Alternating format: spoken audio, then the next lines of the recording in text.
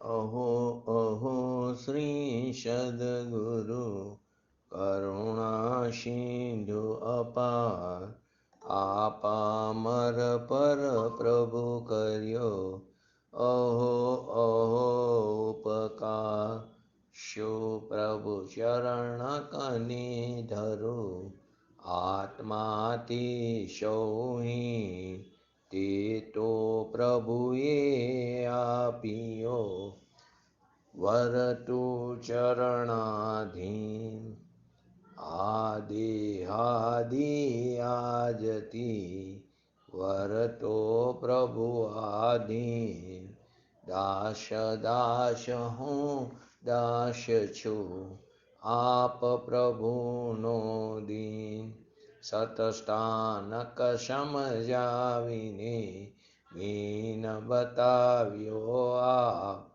જ્ઞાન થકી તરવારવાર એ ઉપકાર અમાપ જે સ્વરૂપ સમજાવિના પામ્યો દુઃખ અનંત સમજાવ્યું તે પદ નમો श्री सद्गुरु भगवान परम पुरुष प्रभु सद्गुरु परम ज्ञान सुखधाम जेणे आप्યું પાનની તેને સદા પ્રણામ દેહ છતા જેની દશા વર્તે દેહાતી આજ્ઞાનીના ચરણમાં હો વંદન ગણિત શ્રી કાહન ગુરુના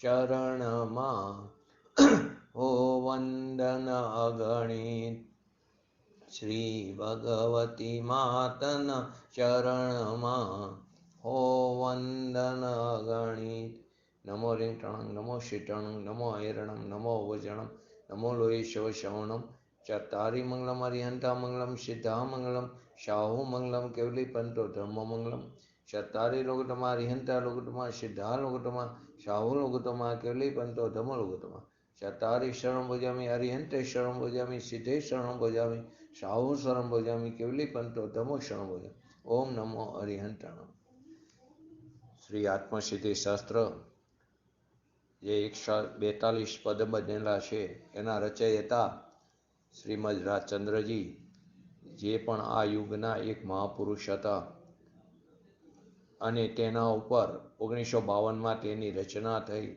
અને તેના ઉપર પૂજ્ય ગુરુદેવશ્રીના 1995માં રાજકોટ મુકામે તેના ઉપર પ્રવચન થયા તે પ્રવચનોના આધાર ઉપર આપણે આ આત્મસિદ્ધિના પદો સમજી રહ્યા છીએ તેમાં આપણે 37 નંબરના પદ સુધી સમજ્યા 34 નંબરથી 42 નંબરના પદ તે આત્માર્થીના લક્ષણ છે એ પહેલાં આપણે મતાર્થીના લક્ષણ જોયા 24થી 33 તો એની અંદર છેલ્લે 37 નંબરનો પદ હતું એમ વિચારી અંતરે શોધે સદગુરુ યોગ કામ એક આત્માર્થનો બીજો નહીં મન રોગ તે આપણે આગળના સ્વાધ્યાયમાં તેના ઉપર આપણે સમજ્યા હવે 38 નંબરનું પદ આજ 38 39 અને 40 તો કે કશાયની ઉપશાંતતા માત્ર મોક્ષ અભિલાષ ભવે ખેદ પ્રાણી દયા ત્યાં આત્માર્થ નિવાસ 39 નંબરના પદમાં દશાનો એવી જ્યાં સુધી જીવ લહે નહીં જોગ મોક્ષ માર્ગ પામે નહીં મટે ન અંતર રોગ અને 40 નંબરમાં આવે જ્યાં એવી દશા સદગુરુ બોધ શુભ સુહાય તે બોધે શુ વિચારણા ત્યાં પ્રગટે સુખદાય તો તેમાં છેલ્લે આપણે 38 નંબરના પદની અંદર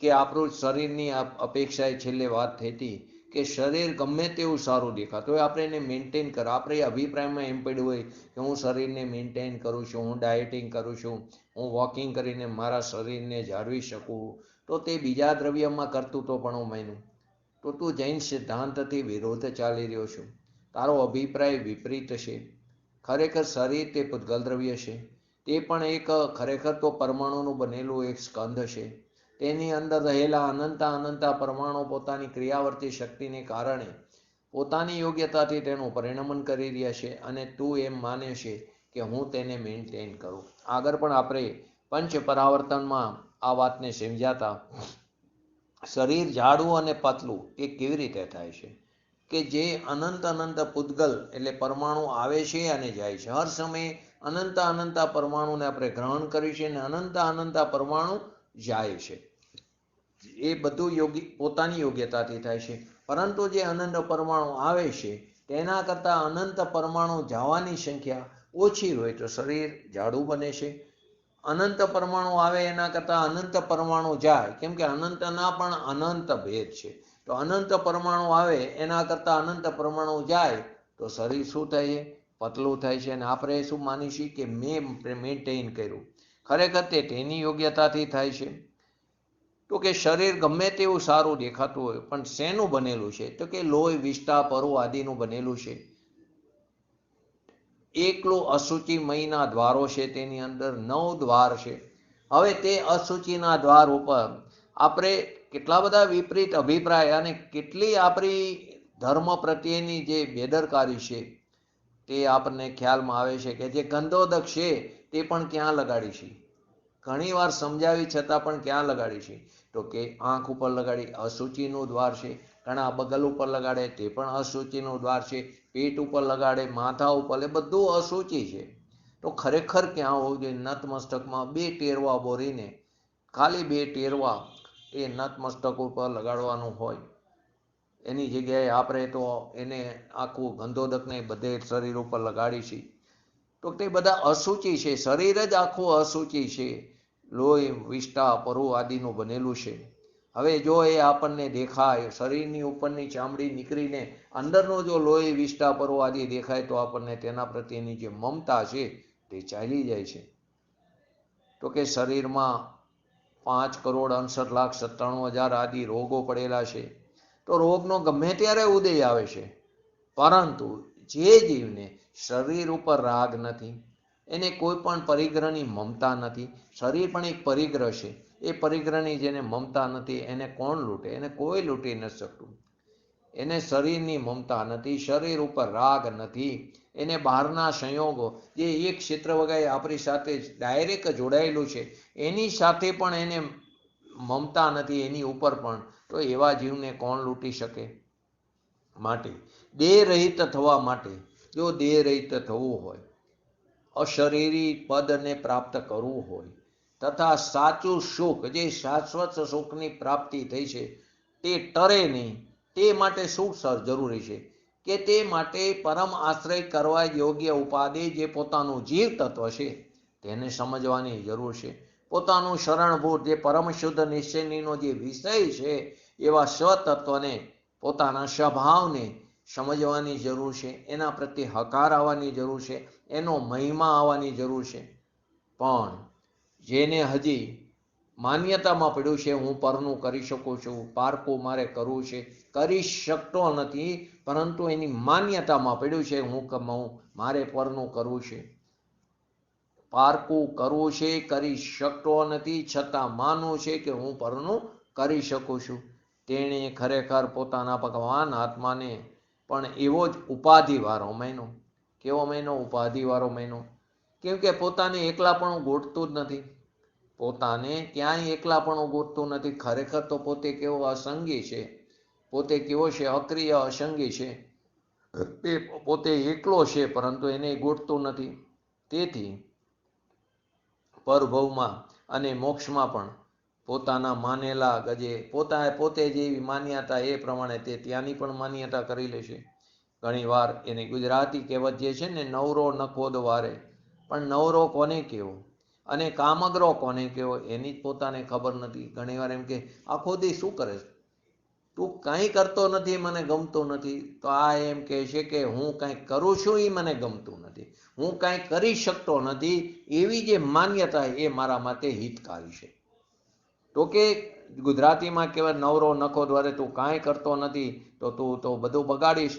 તો કે નવરો કોને કહેવો, કામગરો કોને કહેવો એની તને નથી ખબર. બહારની પ્રવૃત્તિથી તું નિવૃત્તિ લઈ લે. પોતાની અંદર ઉત્પન્ન થતા રાગદ્વેષ આદિ ભાવોથી નિવૃત્તિ લઈ લે. એ પ્રમાણે તું એકલો બની જા અને તું કામગ્રો એટલે કે પોતાના સ્વભાવમાં સ્થિર થવાનો પુરુષાર્થ કર. એ કામગ્રો થઈ ગયો. પરંતુ કોને નવરો કેવો, કોને કામગ્રો કેવો એની ખબર નથી. અને પોતાની જે માન્યતા છે એ પ્રમાણે તે પોતાની કલ્પના પ્રમાણે તે ગોઠવી દેશે. જેને પોતાનું પૂર્ણપણું સ્વાધીનપણું જેને ગોતતું નથી, પોતાનું પૂર્ણપણું ગોતતું નથી, સંસારનો રસ પડ્યો છે એને પૂર્ણપણું ગોતતું નથી. કેમ કે આ તો વનવે છે, એકવાર ગયો પછી પાછો તો આવવાનો નથી. તો એને સંસારમાં જેને રસ પડ્યો છે એને પોતાનું પૂર્ણપણું પણ ગોતતું નથી, પોતાનું સ્વાધીનપણું પણ ગોતતું નથી. તેને પરનું કર્તવ્ય, દયા, રાગ આદિ ઉપાધિવાળો પરમાત્મા જોઈએ છે. હું પરનું કંઈક કરી શકું, હું દયા પારી શકું, હું રાગ કરી શકું, આવો ઉપાધિવાળો પરમાત્મા જોઈશે. અને એને એવો પરમાત્મા થવું, ઉપાધિવાળો પરમાત્મા જો એને થવું છે, જોઈએ છે. અને એને એ પ્રમાણે પરમાત્મા થવું છે. કેમ કે એની કલ્પના એ પ્રમાણેની છે. જેવી એની માન્યતા એવું એનું વર્તન છે ને એને એવું ફળ આવે છે. એની જેવી માન્યતા તેનું તેવું વર્તન હોય છે. જેવો માન્યતા એટલે કે જેવો જેનું અભિપ્રાય તે પ્રમાણે તેના પરિણામ, તે પ્રમાણે તેની ક્રિયા. કેમ કે આપણે ક્રિયા પરિણામ અભિપ્રાયમાં જોયું હતું કે અભિપ્રાય જે છે તે ગાડીનું સ્ટીયરિંગ છે. એ જે પ્રમાણે સ્ટીયરિંગ ફરે તે પ્રમાણે ગાડીના પૈડા ફરે છે. તો કે અભિપ્રાય અવરો હશે તો પરિણામ પણ અવરા થશે. તો કે અભિપ્રાયને પેલો સુધારવાની વાત કરી તો કે જેની જેવી માન્યતા, જેવો અભિપ્રાય તેનું તેવું વર્તન. કેમ કે જગત જે છે તે ક્રિયાના માધ્યમથી જોઈ શકે. અભિપ્રાય તો અતિ સૂક્ષ્મ છે, જે કોઈને ખ્યાલ નથી આવતા. તેને તેવું વર્તન અને તેને તેવું ફળ આવે છે. જેવો એનો અભિપ્રાય એ પ્રમાણે એનું ફળ આવે છે. વિપરીત અભિપ્રાય તો સંસાર સફળ થાય છે, સૌરો અભિપ્રાય તો સંસાર અફળ થાય છે. તો અહીંયા મોક્ષ સફળ થાય છે. જેણે પોતાને પુણ્યવાળો પરના આધારવાળો માન્યો છે, પોતાને પુણ્યવાળો માન્યો છે, પોતાને પરના આધારવાળો માન્યો છે. હું પરાધીન છું. પરાધીન એટલે શું? હું સ્વયં પરને આધીન છું. પરાધીન એટલે હું પરતંત્ર નથી, હું એ પરાધીન નથી, હું સ્વયં પરને આધીન થઉં છું. તો કે આપણે માન્યતા હું પરાધીન છું કે મારી ઉપર કોઈક જોઈ પરના આધારવાળો માન્યો છે. લૌકિકમાં કહે છે ને આપણા વડીલો કે આદિનો વિયોગ થાય તો કે હવે મારા ઉપર કોઈ છત્રછાયા રહી નહીં. તો કે બોલવામાં તો આવે છે પણ અભિપ્રાયમાં હોવું જોઈએ હું તો કેવો છું, સ્વતંત્ર છું, નિરપેક્ષ છું, મને કોઈની જરૂર નથી, હું અસહાય છું, મને કોઈના સહાયની જરૂર નથી. એવો પોતાનું નિરપેક્ષ તત્વને સમજવાની જરૂર છે. તો કે જેને પોતાને પુણ્યવાળો માન્યો, જેને પોતાને પરના આધારવાળો માન્યો તેને શું જડ ફાલશે. એટલે કે એને કર્મ, એને એના આત્માના પ્રદેશો સાથે કર્મ એની યોગ્યતાથી જોડાશે, એને જડ ફાલશે. તેને બંધ ભાવની શ્રદ્ધા થશે ને એને બંધ થશે, એને બંધ ભાવની શ્રદ્ધા થશે. જડ ફાલશે એટલે કર્મ આવશે, બંધ ભાવની શ્રદ્ધા થશે અને બંધ પણ થશે. લોકો ગમે તે કલ્પનાથી ગોઠતો ધર્મ માને છે, પોતાની કલ્પના મુજબ ધર્મને તે પ્રમાણે ગોઠવી દેશે. પણ ધર્મમાં તેવું થાય તેમ નથી. પરંતુ ધર્મ તો જે છે અનાદિકાળથી એક જ ચાલ્યો આવે છે. 3 કાળમાં પરમાર્થનો એક પંથ, 36 નંબરનું પદમાં એ જ વાત આપણે સમજ્યા હતા. માટે અહીં શું કીધું કે આગળ પણ આવ્યું ગાથામાં આપણે 3 કાળે પરમાર્થનો પામવાનો એક જ માર્ગ હોય. એમ અકશાયના લક્ષ્ય કશાયની મંદતા, અકશાયના લક્ષ્ય પોતાના સ્વભાવના લક્ષ્ય કશાયની મંદતા. ક્રમે તે કશાયનો નાશ થાય છે, એનો અભાવ થાય છે. પરંતુ શરૂઆતમાં તો કશાયની મંદતા, સંસાર ભૂમિકા અનુસાર સંસારથી છુટકારાની ઈચ્છા. અકશાયના લક્ષ્ય કશાયની મંદતા, છુટકારાની સંસારથી છુટકારાની ઈચ્છા.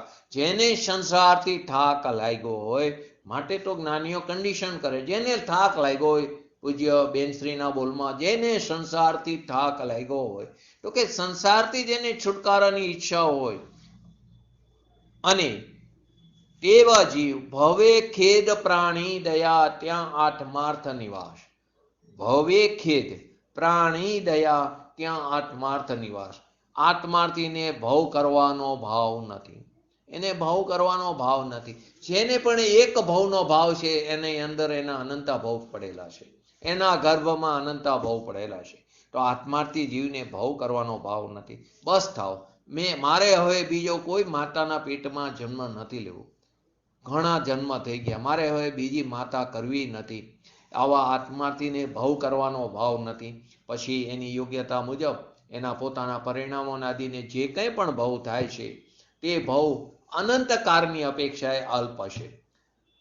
વધીને કિંચિત નૃત્તમ અર્ધ પૂતગલ પરાવર્તન, એકવાર આત્માની અનુભૂતિ થઈ ગઈ પછી જીવ કિંચિત નૃત્તમ અર્ધ પૂતગલ પરાવર્તનથી વધારે બહાર રખડી શકતો નથી. આ તો મેક્સિમમ કીધું, બાકી તો એને જાજા ભવ પણ કેવરીના જ્ઞાનમાં જણાતા નથી. એના પણ અંતર વૈરાગ્ય અને મોક્ષની ઈચ્છા થવામાં જે સંસાર પ્રત્યે ભવ પ્રત્યે ખેદ છે, અંતર વૈરાગ્ય અને મોક્ષની ઈચ્છા થવામાં જે સંસાર પ્રત્યે ભવ પ્રત્યે એને ખેદ છે, મને આ જે ભવ મળ્યો, મને આ જે પર્યાય મળી એનો મને ખેદ છે, પરંતુ આ પર્યાય જે મને સંઘની પંચેન્દ્રિયપણું મળ્યું છે તે હવે મારે નિરર્થક જવા નથી દેવું.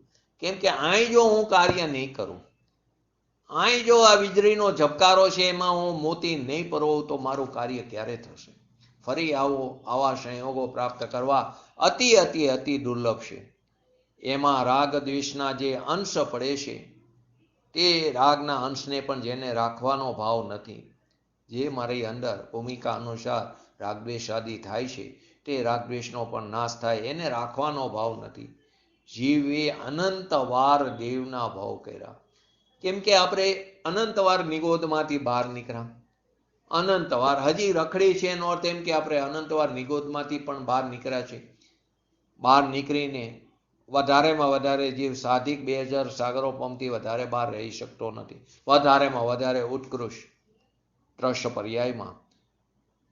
પછી ન જો તે દરમિયાન પણ સ્વભાવનું ભાન કરે તો નિશ્ચિતપણે પોતાની નેટિવ પ્લેસ એટલે માતૃભૂમિ નિગોદમાં જ્યાં આરામ કરવાનું સ્થાન છે ત્યાં ચાલ્યો જાય છે. તો આવા 2000 સાધિક 2000 સાગરોપમમાં મેક્સિમમ ભવ તો શેમાં થયા? તો કે દેવગતિમાં થયા. 1260 સાગરોપમ સ્વર્ગમાં ગયા, 740 સાગરોપમ નરકમાં ગયા. સાગરોપમનું પણ આપણે માપ ઘણીવાર જોઈ લીધું, અત્યારે લેતો નથી. તો એ 1260 અને 740 2000 સાગરોપમ તો આ અનુકૂળતા અને પ્રતિકૂળતામાં ચાલ્યા ગયા. માહિતી જે સાધિકની અંદર બાકીની ત્રસ પર્યાય આવી. તો આવા તો અનંતવાર દેવના ભવ કર્યા, પરંતુ એ ભવ પણ પોતાના ચૈતન્ય પ્રભુ સાથે તો કેવા છે? ગુમડા જેવા છે.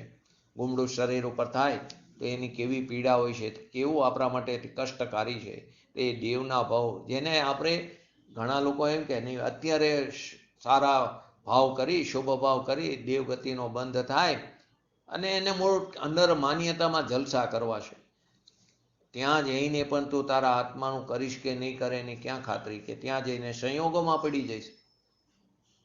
એ પણ આપેલા એકવાર વાત થઈ કે જે જીવ ત્યાં જન્મ લેશે દેવગતિમાં ઉપાદ રૂપે આરસ મળીને સીધા બેઠા થાય છે, ત્યાં ગર્ભ જ નથી, તો સીધા જન્મ થાય છે, આરસ મળીને બેઠા થાય છે, તો નિયમથી પહેલે દેવો એનો ત્યાં ઉપાદ રૂપે જન્મે તો એને પહેલા જીન મંદિરના દર્શન કરવા માટે દેવો લઈ જાય છે. અકૃત્રિમ જીન ચૈતાલ્ય છે ને 84,97,000 એનાથી ઉપર છે, 423 કે જે એટલા અહીંયા અકૃત્રિમ જીન ચૈતાલ્ય છે, ત્યાં દર્શન કરવા લઈ જાય. પછી ફરીવાર જાય તે ન જાય, પોતાના પરિણામોને આધીન છે, એની હોનાર એના પૂર્વે કરેલા પરિણામોને આધીન છે બધું. તો અનંતવાર આવા દેવના ભવ કર્યા, પણ એ ભવ પણ પોતાના ચૈતન્ય પ્રભુ માટે સાથે ગુમડાશે. પ્રભુ કેવો છે? ચૈતન્ય અમૃત વેલડી છે, અને પુણ્ય પ્રકૃતિ રાગ ભાવ આદિ કેવી છે? વિષની વેલડી છે. સંસાર ભાવ કેવો છે? વિષ છે. મુક્ત દશા કેવી છે? અમૃત વેલડી છે. ભગવાન આત્મા કેવો છે? અમૃતથી ભરેલો કુંભ છે, ઘડો છે. હવે એને માટે અશુચિમય કુંડા શોભતા નથી. એક પણ ભવ કરો આત્માર્થીને ગોતતો નથી. એક પણ ભવ કરો, એક પણ ભવની જેની અંદર વાંછા પડી તેને અનંત ભવ પડેલા છે. એક પણ ભવ કરો. ઘણા કે ને અત્યારે નહીં, વિદેશ ક્ષેત્રમાં ભગવાનના સમોસરમાં જઈને ત્યાં જઈને આપણે આત્માનું કલ્યાણ કરશું. તો અત્યારે એમની જ વાણી, દિવ્ય વાણી આપણી પરોક્ષ રીતે આપણી સમક્ષ ઉપલબ્ધ છે. અત્યારે તારે કાર્ય નથી કરવું, કાલ ઉપર તારે કાર્યને છોડવું, એનું ક્યારેય કાર્ય થતું નથી. એટલે ત્યાં કીધું કે એક પણ ભવ આત્માર્થીને ગોતતો નથી, એટલે કે એને ભવનો ભાવ નથી. ભવે ખેદ પ્રાણી દયા ત્યાં આત્માર્થ નિવાસ. તેનો અર્થ શું લીધો?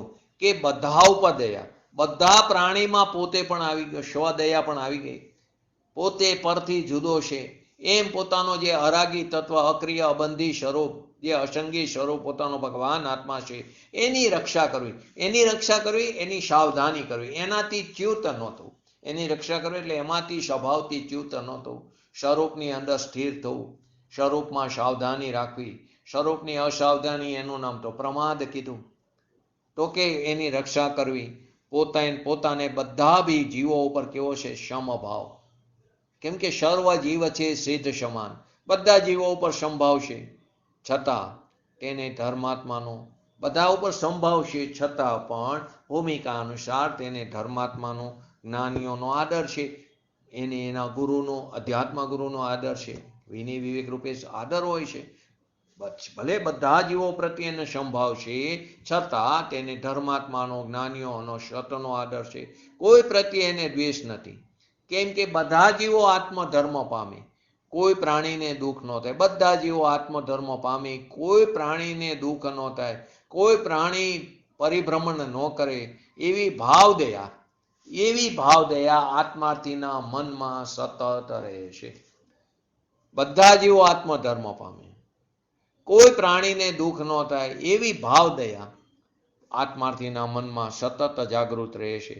તો કે જેને આત્માનું સાચું સુખ જોઈએ છે, એના શું લક્ષણ છે તે આ પદની અંદર બતાવ્યું છે. કે ભૂમિકાની પાત્રતા વિના આત્માર્થનો નિવાસ થાય નહીં.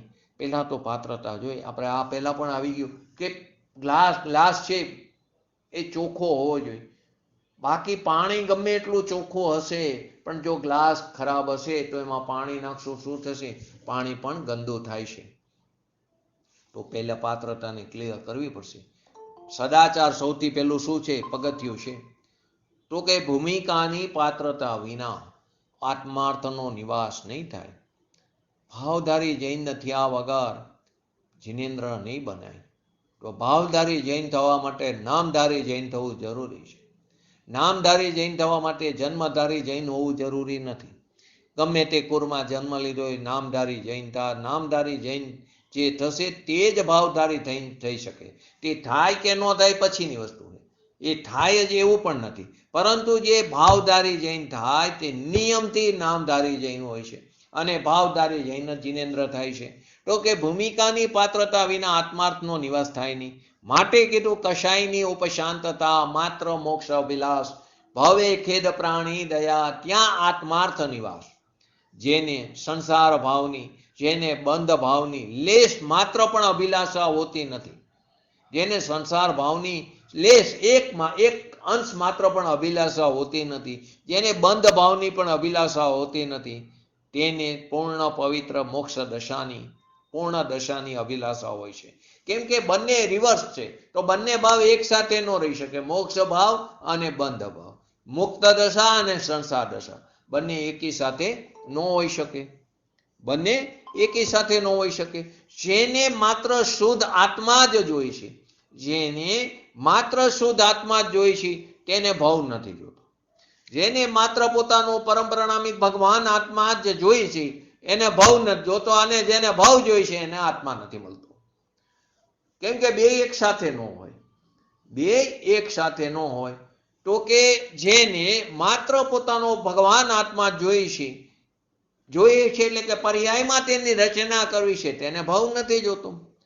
અને જેને ભવ જોઈ છે તેને આત્મા નથી મળતો, તેને સંસાર જ મળે છે. ઘણા કહે છે કે અમને માત્ર મોક્ષની જ ઈચ્છા છે. ઘણા એવા પણ આવે કે અમને માત્ર મોક્ષની જ ઈચ્છા છે, પણ ભવના અભાવરૂપ ભાવ નથી. અમને તો માત્ર મોક્ષ જોઈ, પણ ભવના અભાવરૂપ ભાવ નથી. કે જ્યાં સુધી મોક્ષ ન મળે ત્યાં સુધી અનુકૂળ સંયોગો મળે. એને ભવનો અભાવનો ભાવ નથી, ભવનો ખેદ નથી. ભવે ખેદ પ્રાણી દયા.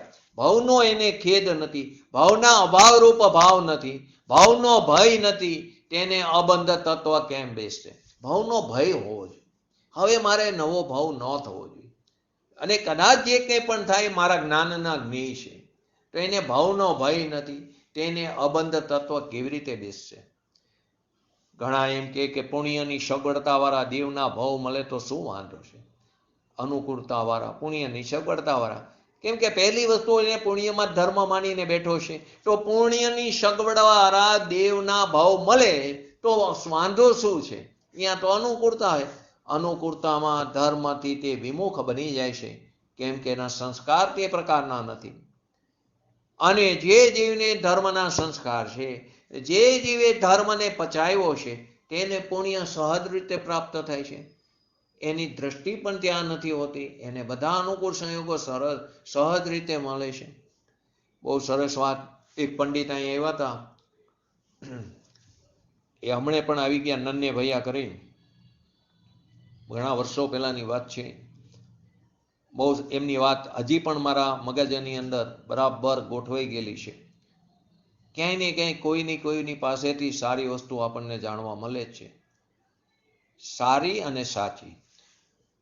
એમને કીધું, મેં પૂજ્ય ગુરુદેવશ્રીને તો જોયા નથી, પરંતુ એમની તત્વની વાત ઉતરી ગઈ છે, એટલે કે એને સમજી છે, એના માટે પુરુષાર્થ કરી છે.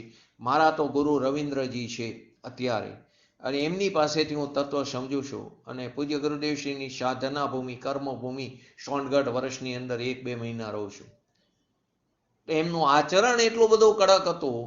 તમે એમને અહીં 2-3 જૈન મંદિર દર્શન કરવા લઈ ગયો, કમલ મંદિર, જોરાવનગર, વઢવાણ, તો દર્શન કરવા લઈ જતો હતો જૈન મંદિરના, તો મેં વાત કરી, તમારો આટલું કડક આચરણ, તો અહીંથી તમે સોનગઢ જાઓ છો તો ત્યાં તમારી વ્યવસ્થા કેવી રીતે થશે? તો કે પહેલે જ દિવસે જ્યારે હું મારા ગુરુ પાસે ગયો, રવિન્દ્રજી પાસે, પહેલે જ દિવસે એમને કીધું કે તું તારા આત્માની દરકાર કરજે, તારી દરકાર કરવાવાળા મળી જશે. તું તારા આત્માની દરકાર કરજે, એની ખેવના કરજે, એની સંભાળ કરજે, એની રક્ષા કરજે. તારી રક્ષા કરવાવાળા એ સંયોગો કુદરતી ગોઠવાઈ જાય છે. તો કે આપણે શું કરીશું કે નહીં, અત્યારે શુભ ભાવ કરો, પુણ્યનો બંધ પડે, અનુકૂળ સંયોગો મળે, દેવગતિનો બંધ પડે, અને ત્યાં વૈભવ આદિ મળે, તો પુણ્યની સગવડતાવાળા દેવના ભાવ મળે તો શું વાંધો? તો કે ત્યાંથી મરીને પાછા મનુષ્ય ભાવના સારા સાધન પામીને મોક્ષનો ઉપાય કરશું. ત્યાંથી મરીને મનુષ્ય ભાવના સારા સાધન પામીને મોક્ષનો ઉપાય કરશું. તો અત્યારે મનુષ્ય ભાવ મળ્યો છે, અત્યારે બધા સાધનો ઉપલબ્ધ છે, સંઘની પંચેન્દ્રિય પણ મળ્યું છે, તત્વની રુચિ પણ છે, ભલે ઉપરની પણ તત્વની રુચિ પણ છે, સાચા દેવગુરુ શાસ્ત્રનું શરણ પણ મળ્યું છે, પોતે મંદ કશાય વિશુદ્ધિનો ધારક પણ છે, છતાં પણ એને અત્યારે પ્રાપ્ત નથી કરવું. તો કે ના, એકવાર વચ્ચે જઈ આવું દેવગતિ, અહીંયાથી મનુષ્ય ભાવ, પણ એ ક્યાં નક્કી છે? દેવગતિમાં તે કરેલા પરિણામોને આધીને તારે નેક્સ્ટ ગતિ થશે. એ ખ્યાલ છે કે નરક ગતિમાંથી જીવ ક્યારે, કોઈ જીવ નરકમાંથી નીકળીને એકેન્દ્રિય નથી થતો. નરકમાંથી નીકળેલો જીવ ક્યારે એકેન્દ્રિય નથી થતો, પરંતુ દેવગતિમાંથી નીકળેલો જીવ એના સંકલેશ પરિણામોને કારણે મેક્સિમમ ક્યાં જાય છે? એકેન્દ્રિયમાં જાય, વનસ્પતિ કાય આદિમાં જાય છે. ત્યાંથી મનુષ્યપણું પ્રાપ્ત કરવું પણ દુષ્કર છે, તેવા ભાવ હોવા જોઈએ. તો ત્યાંથી મરીને મનુષ્ય ભાવના સારા સાધન પામીને મોક્ષનો ઉપાય કરશું, પરંતુ તે એ ખરેખર વાયદો કર્યો, તો એ વાત માત્ર જૂઠી ભ્રાંતિ છે. જીવ વધુમાં વધુ, આપણે પહેલી આગળ લીધું, 2 સાધિક 2000 સાગરોપમ કારજ ત્રસ પર્યાયમાં રહી શકે, એનાથી વધારે ત્રસ પર્યાયમાં નથી રહેતો. ત્રસપણું એટલે 2 ઇન્દ્રિયથી 5 ઇન્દ્રિય સુધીનાને આપણે ત્રસપણું કહીશું. 2 ઇન્દ્રિયથી 4 ઇન્દ્રિય સુધીનાને વિકલેન્દ્રિય કહીશું. તો કે ત્રસ પર્યાયમાં તે રહી શકે છે, પછી ચોક્કસપણે તે એકેન્દ્રિયમાં ને નિગોદમાં ચાલ્યો જે છે, ત્યાં એને અનંતકાળમાં રહેવું પડશે. ત્યાં તેને અનંતકાળ રહેવું પડશે. ફરી તેને ઈયર થવું, 2 ઇન્દ્રિય ઈયર થવું પણ અતિ અતિ અતિ દુર્લભ છે. તો કે ત્યાં ચોક્કસ એકેન્દ્રિયમાં ને નિગોદમાં અનંતકાળ રહેવું પડે છે. માટે અહીં કહે છે કે જેને ભાવ કરવો નથી, અને કોઈ પ્રાણીને દુઃખ થાય એવો ભાવ ન હોય, પ્રાણી દયા, કોઈ પ્રાણીને દુઃખ થાય એવો ભાવ ન હોય તેનામાં આત્માર્થનો નિવાસ છે. ભવે ખેદ પ્રાણી દયા ત્યાં આત્માર્થ નિવાસ. આપણે પુણ્યથી સારા ભાવ કરવા એવું માનીશી તો એને ખરેખર ભવનો ભાવ છે એમ સમજવું. અને જેને ભવનો ભાવ છે એને અબંધ તત્વ આત્માની પ્રાપ્તિ કેવી રીતે થશે? સર્વજ્ઞ ભગવાને શું કીધું? આત્મા કેવો છે? શાશ્વત છે, અનંત કાળની સ્થિતિ વાળો, કેવો અવિનાશી છે, નિરુપાધિક છે. ને આપણે એને ઉપાધિ વાળો કરી નાખ્યો છે. નિરુપાધિક છે એને ભૂલીને, પોતાના આત્માને ભૂલીને જે જીવ ભાવ કરવાનો ભાવ રાખે તો વધુમાં વધુ 2000 સાગરોપમ ત્રસપર્યાયમાં રહીને ત્યાંથી છૂટીને અવશ્ય તે એકેન્દ્રિય અને નિગોદમાં અનંતકાળ સુધી રખડશે. જેને પોતાના ભગવાન આત્મા જે શાશ્વત છે, તે અવિનાશી છે, નિરુપાધિ છે, એને ભૂલીને, પોતાના સ્વભાવને ભૂલીને ત્યાંથી ચ્યુત થઈને જેને ભાવ કરવાનો જે જીવ ભાવ રાખે છે તે વધારેમાં વધારે કદાચ એ 2000 સાગરોપમ ત્રસપર્યાયમાં રહે. સાધિક હું દર વખતે નહીં બોલું, પણ સાધિક સમજી લેવું. ત્રસપર્યાયમાં રહી શકે ત્યાંથી છૂટીને અવશ્ય એકેન્દ્રિય અને તે નિગોદ ગતિમાં ચાલ્યો જાય છે, અનંતકાળ ત્યાં રહે છે. ત્રસના ભવની સ્થિતિની આ પ્રમાણે મર્યાદા છે. આત્મા કેવો છે? બેહદ છે, અમર્યાદિત છે, અપરિમિત છે, એવો સ્વભાવવાળો નિત્ય છે, એક રૂપ સ્વરૂપ છે, એક સ્વરૂપ છે, જ્ઞાન સ્વરૂપ છે. છતાં ભાવ કરવાનો ભાવ એનો ઊભો છે. એને ભાવ કરવાનો ભાવ તો ઊભો છે. તો એના ફળ સ્વરૂપે શું થશે? ક્ષણિક દેહોમાં રખડતો રખડતો, ક્ષણિક દેહોમાં દેહની અંદર રખડતો રખડતો એવા સ્થાનમાં જઈને પડશે કે જેને સૂક્ષ્મ નિગોદના ઠારા કહે છે. સૂક્ષ્મ નિગોદ કે જે ભીતની આરપાર પણ જઈ શકે, ત્યાં આપઘાતની વ્યવસ્થા નથી. સૂક્ષ્મ નિગોદ વાળામાં આપઘાત એટલે કે તેનો કદલીઘાત થતો નથી. એની સ્થિતિ પૂરી થાય ત્યારે જ એનું મરણ થાય છે. અગ્નિથી ભરતા નથી, ઠંડીથી મરતા નથી, કાચમાંથી આરપાર જાય, ભીતમાંથી આરપાર થાય એવા આપણે સૂક્ષ્મ નિગોદના ભાવ પણ અનંતવાર કર્યા છે. અને તે ભાવ કરીને આપણે અનંતવાર જ્યાં લોકના અગ્રભાગે સિદ્ધ ભગવાન બિરાજમાન છે, ત્યાં પણ તનુ વાત વલયમાં જ્યાં સિદ્ધ ભગવાન બિરાજમાન છે, જે જીવ અવ્યાબાદ સુખનો આત્માના અસંખ્ય પ્રદેશે ભોગવટો કરે છે, ત્યાં આપણે અનંતવાર સૂક્ષ્મ નિગોદિયા જીવ થઈને અનંત દુઃખનો ભોગવટો કરી છે.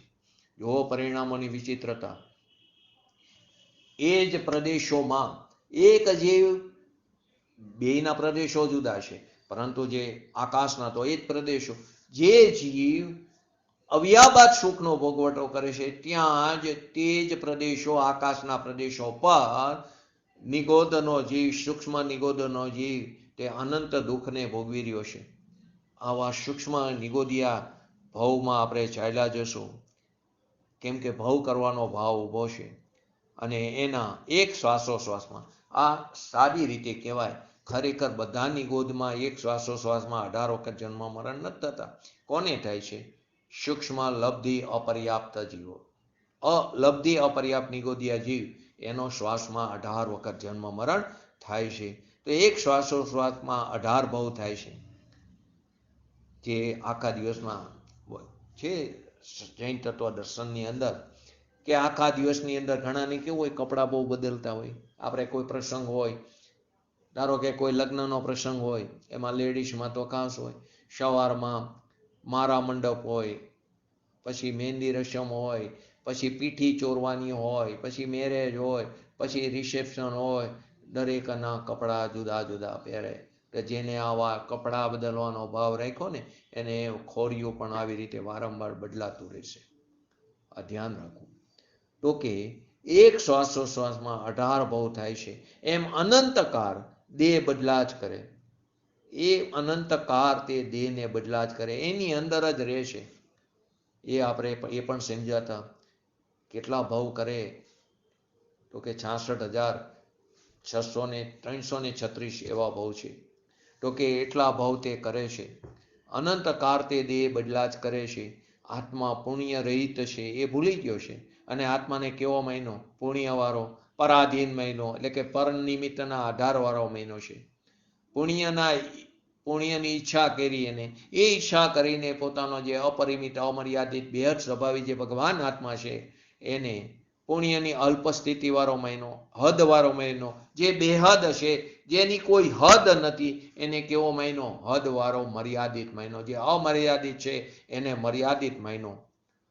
તો જેમ સૂર્ય આથમી જાય પછી અંધારું આવે તેમ એટલે કે આ સંઘની પંચેન્દ્રિયપણું ચાલ્યું જશે અને સ્વભાવનું ભાન નહીં કરી અને આ કદાચ મેક્સિમમ 2000 સાગરોપમ માટે 12 હોય અને કદાચ આ છેલ્લો ભવ હોય અને જો આપણે આપણા સ્વભાવનું ભાન ન કરી તો અંધારું આવવાનું, મૂઢપણું આવવાનું, નિગોદ દશામાં ચાલ્યા જશું. જેને જ્ઞાન સૂર્ય ઉગડો, જેને પોતાના સ્વભાવની પ્રાપ્તિ પર્યાયમાં થઈ તેને અજ્ઞાન અંધકાર નથી. એને ક્યારેય અજ્ઞાન અંધકાર નહીં થાય. પણ જેને આત્માનું યથાર્થ ભાન નથી તેને ગાઢ અજ્ઞાન અંધકારમાં જ રહેવાનું છે. તે નિશ્ચિતપણે કારક્રમે નિગોદમાં ચાલ્યો જશે. બીજી રીતે કહીએ તો જેને પુણ્યનો આદર છે, જેને રાગની રુચિ છે, જેને સંસારની રુચિ છે, જેને પરમાં રુચિ છે, જેને પરની અધિકતા છે, જેને પરની વિસ્મયતા છે, એને ભવની ઉપાધિનો આદર છે. જેને પુણ્યનો આદર છે, જેને પુણ્યમાં જ મજા આવે છે તો એને શું છે? ભવની ઉપાધિનો આદર છે. એને પોતાના સ્વભાવનો અનાદર છે. શું કીધું? જેને પુણ્યનો આદર છે એને ભવની ઉપાધિનો આદર છે. એટલે કે પોતાનો જે ચૈતન્ય ભગવાન આત્મા જે સ્વાધીન પરમ નિરપેક્ષ તત્વ જે છે, સ્વતંત્ર એવા તત્વનો, એવા શાશ્વત સુખનો એને અનાદર છે. એને પોતાના સ્વભાવનો અનાદર કર્યો, એને સર્વજ્ઞની સર્વજ્ઞતાનો અનાદર કર્યો. શું કહો છો? એલાવ પોતાના ચૈતન્ય ભગવાનની સ્વાધીનતાનો, સુખનો એને અનાદર છે. અવાજ નથી આવતો? એવો અનાદર. હે? હા, જયંતિભાઈ બોલ્યા ને કંઈક એટલે મેં કીધું ખબર નહીં. ચૈતન્ય ભગવાન કેવો છે? પવિત્ર આનંદ મૂર્તિ છે. તો કે હું કેવો છું? હું મોક્ષ સ્વરૂપ છું. એની યથાર્થ શ્રદ્ધા, આવી પોતાની યથાર્થ શ્રદ્ધા તે પુણ્યની રુચિવાળા નથી. એ પુણ્યની જેને રુચિ છે એને આવી શ્રદ્ધા નથી. કેમ કે એની બુદ્ધિ કેવી છે? પરાશ્રિત બુદ્ધિ છે. પુણ્યનો ભાવ તે ભવનો ભાવ છે. જેને પુણ્યમાં ગોઠ્યું છે એને ભવનો ભાવ છે. એટલે કે તે દેવ, મનુષ્ય આદિ ત્રશ પર્યાયના ભવ ખૂટાડીને, તે ભવ એના ખૂટી જવાના કાળક્રમે. દેવ, મનુષ્ય આદિ ત્રશ પર્યાયના ભવ ખૂટીને, નારકી આદિના ભવ ખૂટીને તે નિગોદમાં તે ચાલ્યો જશે ને એ યોનિમાં એને અનંતકાળ રખડવું પડશે. નિગોદનો બીજો પણ અર્થ કર્યો છે. ની એટલે કે એક તો આરામ, ગોદ એટલે આરામ કરવાનું સ્થાન, એ આપણે વારંવાર કહીએ છીએ. પરંતુ નિગોદનો બીજો અર્થ પણ ની એટલે નિરંતર, ગો એટલે ભૂમિ. ની એટલે નિરંતર, ગો એટલે ભૂમિ એટલે કે અનંત ભવ, અને દ એટલે કે દેવાનું જેમાં સ્થાન છે તે. તો નિરંતર ભૂમિ, દેવાનું જેમાં સ્થાન છે તેવો, એટલે કે અનંત ભવ કરવાનું જે સ્થાન છે એવું નિગોદ યોનિમાં અનંતકાળ રખડવું પડે છે. આવો આત્મા કેવો છે? જ્ઞાન મૂર્તિ છે, પૂર્ણ છે, અસંગ છે, અબંધી છે, અરાગી છે, અક્રિય છે, ચૈતન્ય છે, જ્ઞાન સ્વરૂપ છે, આનંદનો ઘન છે, નિરુપાધિક છે, સુખ સ્વરૂપ છે. એકવાર એની સહજપણે હઠપૂર્વકની સહજપણે એનો હકાર હા આવે તો પોતાની યથાર્થ સમજણની સહજ દશા એને સમજાય છે. એ દશા પણ પ્રાપ્ત થઈ જાય છે.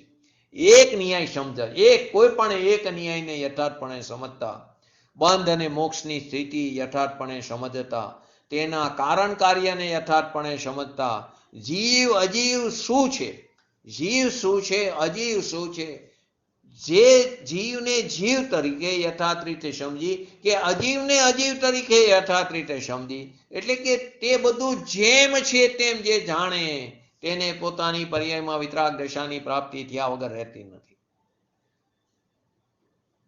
પરંતુ આવું અપૂર્વ તત્વ, અપૂર્વ એટલે કીધું પૂર્વે ક્યારે પ્રાપ્ત નથી કર્યું, અપૂર્વ તત્વ સ્વચ્છંદ વડે સમજાતું નથી. તે ગુરુ ગમે સમજાય છે. માટે આત્માર્થીને પાત્રતા વડે આત્માર્થીને પાત્રતા વડે જે અપેક્ષાએ પરમાર્થને બતાવ્યો, જે અપેક્ષાએ પરમાર્થ વ્યવહાર બતાવ્યો છે, એને લક્ષ્યમાં રાખીને સદગુરુની આજ્ઞાને અવધારવી, એટલે કે એનો નિર્ણય કરવો, એના રસ્તા ઉપર ચાલવું, એને બતાવેલા રસ્તા ઉપર ચાલવું. ચાલવાનું એ પોતે, પુરુષાર્થ પોતે કરવાનો છે, પરંતુ રસ્તો બતાવનાર કોણ હોય છે? સાચા દેવગુરુ શાસ્ત્રો. તો કે પોતાની પાત્રતા વડે, પોતાની લાયકાત વડે, પોતાના ઉપાદાનની યોગ્યતા વડે જે અપેક્ષાએ પરમાર્થ બતાવ્યો છે, જે અપેક્ષાએ વ્યવહાર કીધો છે, એને લક્ષ્યમાં રાખીને સદગુરુની આજ્ઞાની અવધારવી. તો કે જેને પુણ્યની રુચિ છે, જેને રાગની રુચિ છે, તેને ભવનો ખેદ નથી. એને ભવનો ખેદ નથી, એને તો ભવનો ભાવ છે. તો અહીં તો કીધું ભવનો ખેદ પ્રાણી દયા, ત્યાં આત્માર્થી નિવાસ. તો કે તેને ભવનો ખેદ નથી, એટલે કે ભવનો ભાવ છે. તેને નિગોદની ઈચ્છા છે. તેને કોની ઈચ્છા છે? એને જવું નથી, પણ એની ઈચ્છા અંદર પડેલી છે. જેને ભવનો ભાવ છે, જેને ભવનો ખેદ છે, તે નિશ્ચિતપણે નિગોદમાં ચાલ્યો જવાનો છે. તો તેને નિગોદની ઈચ્છા છે, અને એ નિગોદના દુઃખો કેવરી ગમ્ય છે. નરક ગતિના દુઃખો કરતા પણ અનંત ઘણા દુઃખો છે. તેને નિગોદની ઈચ્છા છે. તે જીવ ચૈતન્યની શક્તિને હારી જાય છે. ચૈતન્યની શક્તિને હારી જાય એટલે એટલું એનું સિંહ સંકોચ થઈ જાય છે, એની શક્તિ એટલી બીડાઈ જાય છે, અને અનંતા ભવની ભીષમાં ભયંકર યાતનામાં, ભયંકર એટલે નરક કરતા પણ ભયંકર યાતના છે, એ યાતનામાં અનંતકાળ સુધી તે પરાધીનપણે રહેશે, પરને આધીન રહેશે. એક સાથે એક નિગોદિયા શરીરમાં રહેલા જીવો જન્મ પણ પામે, મરણ પણ પામે. એક સાથે કેટલા બધા જીવો રહ્યા છે. 6 મહિના ને 8 સમયમાં જે 608 જીવ થાય મોક્ષ દશાને પામ્યા અનાદિકાળથી અત્યાર સુધી, એના કરતાં પણ અનંત ઘણા જીવો એક બટેટાની કણી ઉપર, જે આપણે ઘણી વાર સમજ્યા છીએ એટલે ડીપમાં નથી જતા, તો એને ત્યાં અનંતકાળ સુધી તે પરાધીનપણે રહેશે. પુણ્યથી ધર્મ થશે, પરંપરાએ મોક્ષ થશે. એમ જેણે ભવની ઈચ્છા કરી, એણે ત્રસ પર્યાય છોડીને, એની ત્રસ પર્યાયને છોડીને નિગોદની પર્યાયમાં, નિગોદમાં જવાનો ભાવ કર્યો છે. ડાયરેક્ટલી ઇનડાયરેક્ટલી તે નિગોદમાં જવાનો એને ભાવ કર્યો છે. કારણ કે એને આ જે નિર્દોષ જ્ઞાતાપણું છે, પોતાનો સ્વભાવ છે, એકલાપણું એને ગોઠતું નથી. કેમ કે નવરો નખો દવારે, એવી કહેવત પાછી પોતાની રીતે ગોઠવી દે છે. એને નિર્દોષ જ્ઞાતાપણું એને ગોતતું નથી, એકલાપણું, સ્વાધીનપણું એને ગોતતું નથી. જોઈ બધા હારે મળશે, તને તારા માન્યતાવાળો સમાજ પણ સાથે જ મળશે. નિગોદમાં બધા સાથે જ મળશે. તો એ સ્વાધીનપણું જેને ગમતું નથી, તો આવા અનંત દુઃખના સંયોગનું કારણ શું છે? બંધ ભાવ છે, મિથ્યા અભિપ્રાય છે. એ મિથ્યા અભિપ્રાય વડે અનંતકાળ જીવને નિગોદમાં રહેવું પડે છે, અનંતકાળ નિગોદમાં રહેવું પડે છે. ચૈતન્ય શક્તિ એટલી બધી બીડાઈ જાય છે, ચૈતન્યની શક્તિ એટલી બધી અહીંયા સંકોચિત થઈ જાય છે. ખરેખર કેવી શક્તિ છે? અસંકોચિત વિકાસ શક્તિ. આપણે આવી ગયો આગળ શક્તિમાં. તો આની ચૈતન્ય શક્તિ એટલી બધી બીડાઈ જાય છે કે પોતાની હયાતી, પોતાના અસ્તિત્વનું, પોતાની સત્તા બીજા સ્થૂળ દ્રષ્ટિવાળા દેખી ન શકે. આપણે અત્યારે જે કે હું આ રૂમમાં બેઠો છું, એ રૂમમાં કેટલા જીવો છે? અનંતા જીવો છે. પરંતુ આપણે શું બોલે, હું એક જ છું અહીં રૂમમાં. અનંતા સૂક્ષ્મ નિગોદિયા, અનંતા બાદર નિગોદિયા જીવ મારા શરીરના આધારે રહેલા છે. એટલે જ આપણું શરીર ઔદારિક કીધું. પરમ ઔદારિક તો 12મા ગુણસ્થાનના અંતે થાય છે. 13મા ગુણસ્થાને બધા એ બાદર નિગોદના જીવો નીકળી જાય છે. એટલે એને પરમ ઔદારિક કીધું, પવિત્ર કીધું. પોતાની હયાતી બીજા સ્થૂળ દ્રષ્ટિવાળા દેખી ન શકે, તેનું જીવત્વ પણ જાણી ન શકે. એ જીવ છે એવું પણ આપણે જાણે એને સ્વીકારવા તૈયાર નથી. એવી ઘણી હલકી પરાધીન દશામાં અનંતા ભવ કરવા પડે છે. આવી ઘણી હલકી પરાધીન દશામાં આવા કેટલાય ભવોના મા બાપ અહીં નિગોદિયા થઈને આપણે આજુબાજુ હશે. તો ઘણી હલકી પરાધીન દશામાં અનંતા ભવ કરવા પડે છે.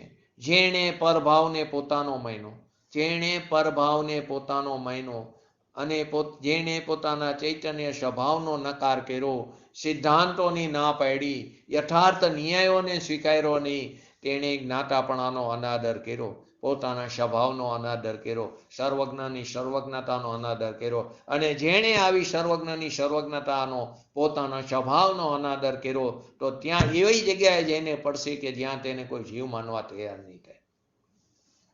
તો કે એને ત્યાં સાધારણ એની ચૈતન્ય શક્તિ એટલી બધી ઘટી જાય છે, એવા ભાવમાં જઈને પડે છે કે એટલી બધી ત્યાં ઘટી જાય છે કે સાધારણ જીવો તેને ઓળખી પણ નહીં શકે. અત્યારે આપણને અનંતા જીવ છે, આપણે ક્યાં ઓળખી છીએ? આપણે સાધારણ જીવ છે, આપણે એને ઓળખી પણ ન શકતા.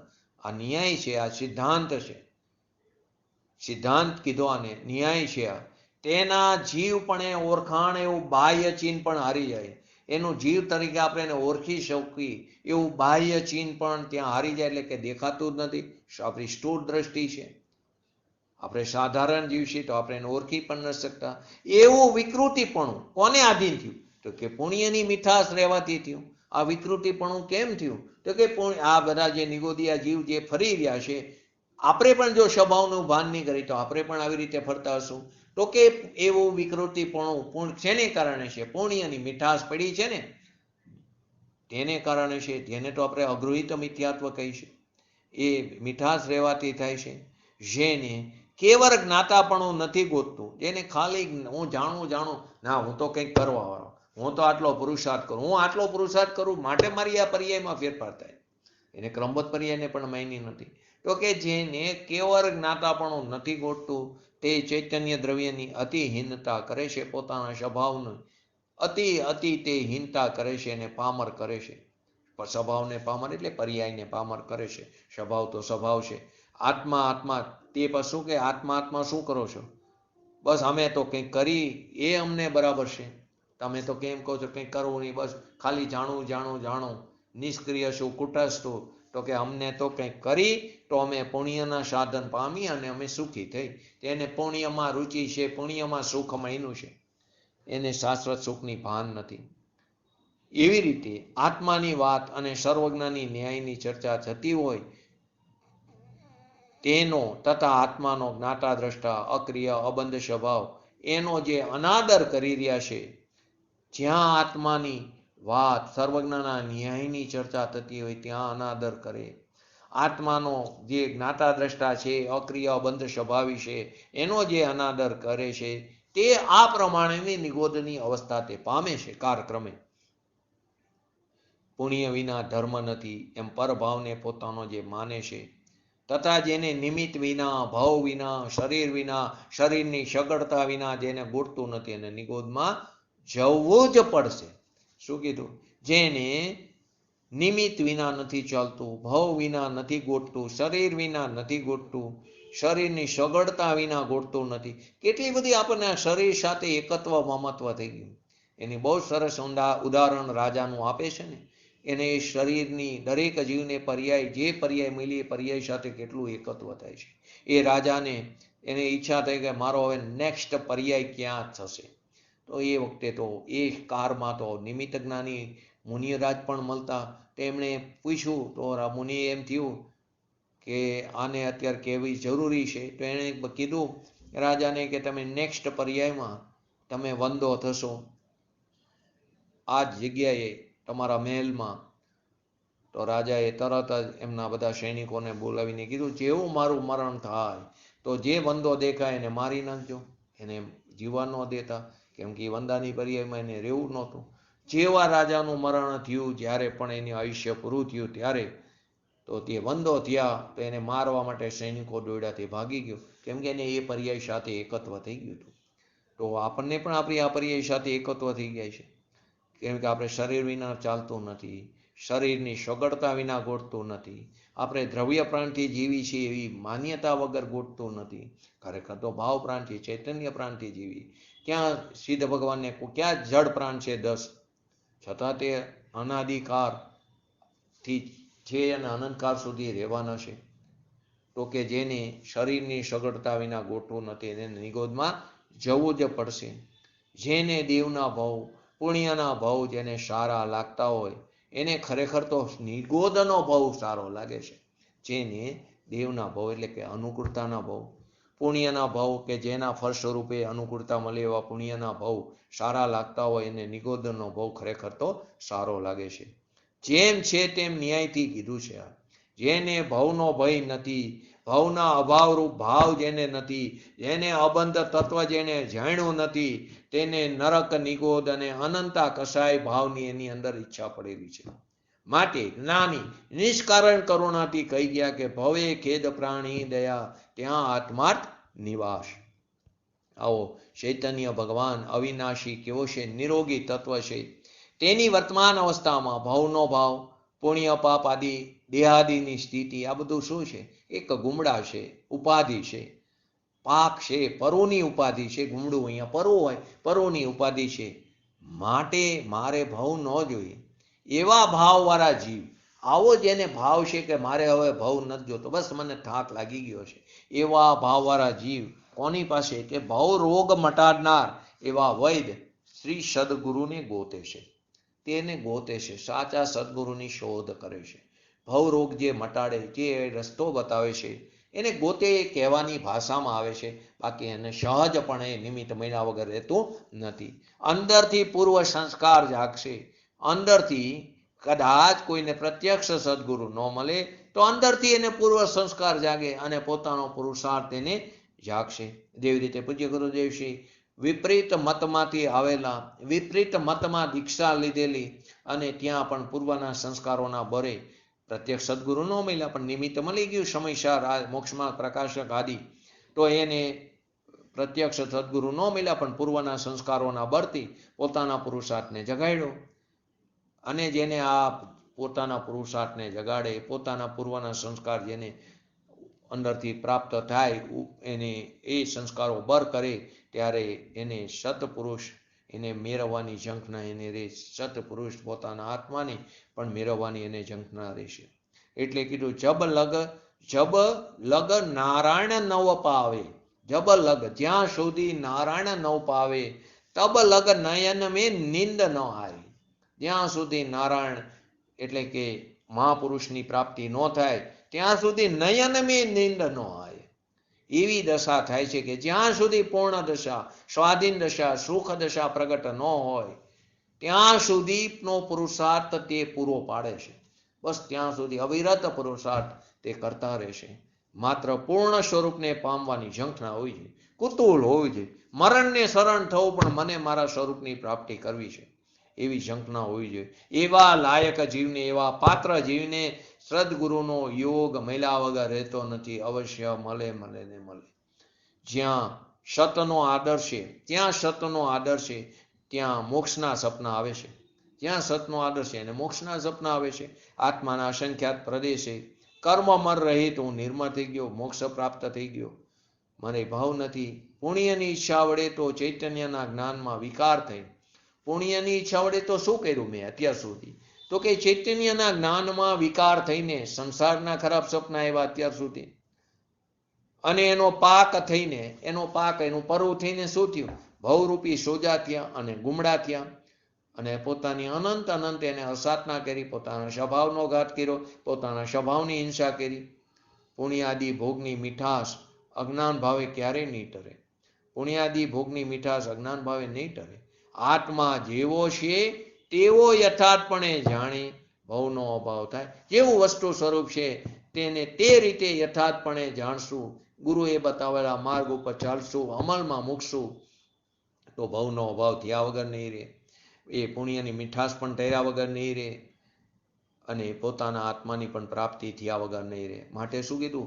એવો જેને સતનો આદર છે, જેને એવા મોક્ષના સપના આવે છે, ત્યાં જેને સતનો આદર ત્યાં જ મોક્ષના સપના આવે છે. કેવા સપના? તો કે આત્માના અસંખ્ય પ્રદેશે કર્મમાં રહિત હું નિર્મળ થઈ ગયો, મોક્ષ સપની પ્રાપ્તિ થઈ ગઈ.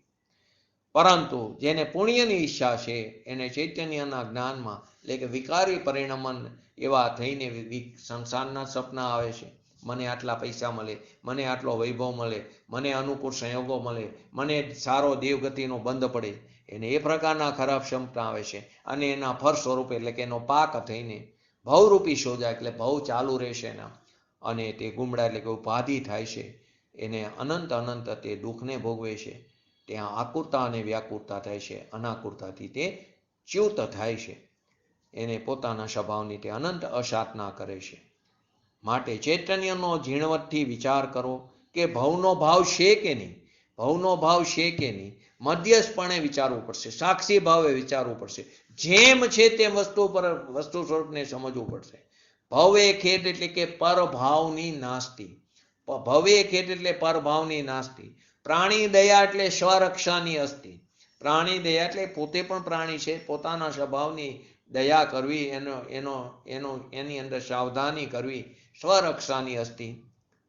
પ્રાણી દયા એટલે જગત પ્રત્યે અદ્રોહ બુદ્ધિ એટલે કે વેર બુદ્ધિનો ત્યાગ. કદાચ ગમે તેટલો ગુનો કર્યો હોય, ક્રોધ કરનારો પોતે ગમે તેટલા ગુના કર્યા હોય, ક્રોધ કર્યો હોય, પરંતુ જો એનો અભિપ્રાય પલટો ખાઈ ગયો, એની દિશા જો પલટો ખાઈ ગઈ તો દશા ફેર્યા વગર નહીં રહે. જેવો પોતે સવરો થઈ ગયો ત્યાં એના બધા દોષ ટરી ગયા સમજવા. તો નવા રાગ દ્વેષ આદિની ઉત્પત્તિ નહીં થાય અને કર્મની 10 સ્થિતિમાં પણ ફેરફાર થાય છે. બંધ આપણે સમજાતા ને, બોલો કર્મની 10 સ્થિતિ યાદ હોય તો બોલો. 10 અવસ્થા: બંધ, સતા, ઉદય, ઉપશમ, ઉદીરણા, સંક્રમણ, ઉત્કર્ષણ, અપકર્ષણ, નિધતિ, નિકાચિત છે ને કર્મની 10 અવસ્થા. તો કે તે ત્યાં પણ એ ફેરફાર થાય છે.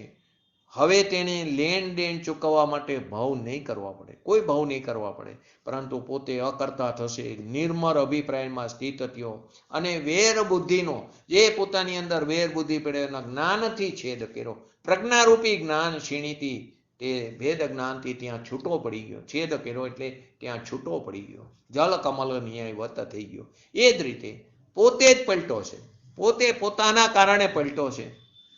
આરોપ સાચા દેવગુરુ શાસ્ત્ર ઉપર જશે નિમિત્તપણાનો, એને જગતના વેર વિરોધ ટરી ગયા. પણ જેના અંતરમાં લેશ માત્ર પણ દંશ રહેશે એને ક્યારે સવરાય, એના અભિપ્રાય ક્યારે ફરશે નહીં. બીજાને હું સમજાવી દઉં, બીજાને હું રાજી કરું તો મારા દોષ તરે એમ માનું તે સાચું નથી. હું બીજાને સમજાવી દઉં, બીજાને સમજાવવામાં રહી ગયો, હું મારા આત્માને ન સમજી શક્યો. અને જેને હું સમજાવું છું તે પોતાની યોગ્યતાથી, પોતાની પાત્રતાથી, પોતાના પુરુષાર્થના બળે તે પોતાના આત્માનું કલ્યાણ કરશે અને હું ત્યાંનો ત્યાં રહીશ. સાચી સમજણથી પોતાની વેર રહિત દશા પ્રગટ કરવી, પોતાની સાચી સમજણથી પોતાની વેર રહિત દશા પ્રગટ કરવી એ જ સાચા મુમુક્ષનું લક્ષણ છે. એવા ભાવ જે પ્રગટ કરે તેનામાં આત્માર્થનો નિવાસ છે.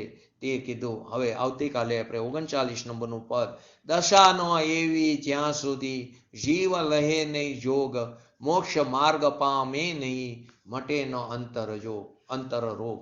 તેની આપણે ચર્ચા આવતીકાલે કરશું. આપણે પણ આપણા સ્વભાવના આશ્રય આપણી પર્યાયમાં શીઘ્ર ને શીઘ્ર વિતરાગતા પ્રાપ્ત કરી અને તેવી જ રીતે ઉગ્ર પુરુષાર્થ કરીને શુદ્ધિની વૃદ્ધિ અને શુદ્ધિની પૂર્ણતા જે તે પર્યાયમાં શીઘ્ર ને શીઘ્ર કરી એવી પરમ વિરલ ભાવના સાથે આજનું વ્યક્તિત્વ પૂરું કરું. જય જીનેન્દ્ર. બોલો જીનવાણી સ્તુતિ.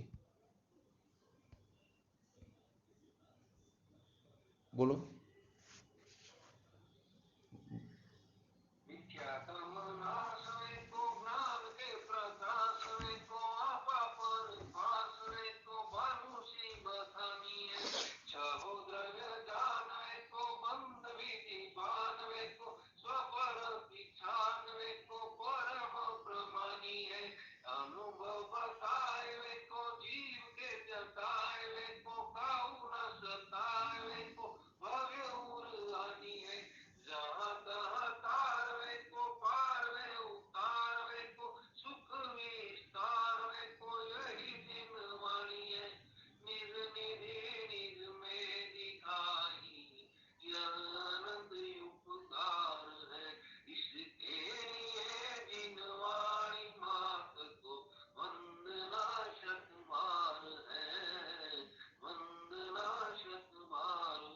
નમો રિંગટાણંગ, નમો સિદ્ધાંગ, નમો હૈરણમ, નમો અવજણમ, નમો લેશ્વ શ્રવણમ. ચત્તારી મંગલમ અરિહંતા મંગલમ સિદ્ધા મંગલમ શાહુ મંગલમ કેવલે પંતો ધર્મ મંગલમ. ચત્તારી લોકોતમા અરિહંતા લોકોતમા સિદ્ધા લોકોતમા શાહુ લોકોતમા કેવલે પંતો ધર્મ લોકોતમા. ચત્તારી શરણ ભોજામી અરિહંતે શરણ ભોજામી સિદ્ધે શરણ ભોજામી શાહુ શરણ ભોજામી કેવલે પંતો ધર્મ શરણ ભોજામી. બોલીએ શ્રી પંચ પરમેષ્ઠી ભગવંતોનો જય હો. બોલીએ શ્રી જીનવાણી માતનો જય હો. बोलिए श्री परम पूज्य परम उपकारी सदगुरु देवनो जय हो। बोलिए श्री प्रसन्नमूर्ति भगवती मातनो जय हो। बोलिए श्री सनातन जैन दिगंबर धर्मनो जय हो।